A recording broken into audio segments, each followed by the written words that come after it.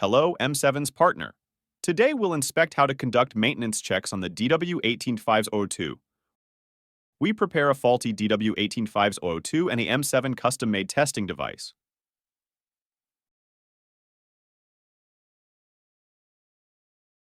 Now, let's start teaching you how to perform the inspection. First, we have a power cord. It's a 5V USB. Connect it to the power source port. We need a power bank or a phone charger. Head can also be used. Connect to the power source. Now, the voltage starts to act and begins to display. Here we'll display numbers. Remove the battery from the faulty DW-18502. At this time, the battery starts flashing abnormally. Then connect to our device's power end.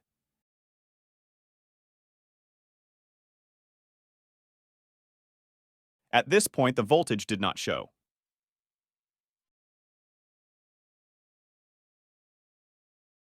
Indicating that this battery has a problem.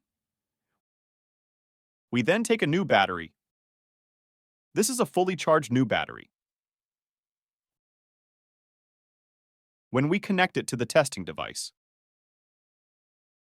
at this moment, you'll see it displays 20.2 voltage.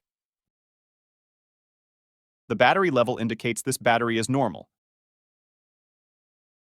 Determine whether the battery is good or bad.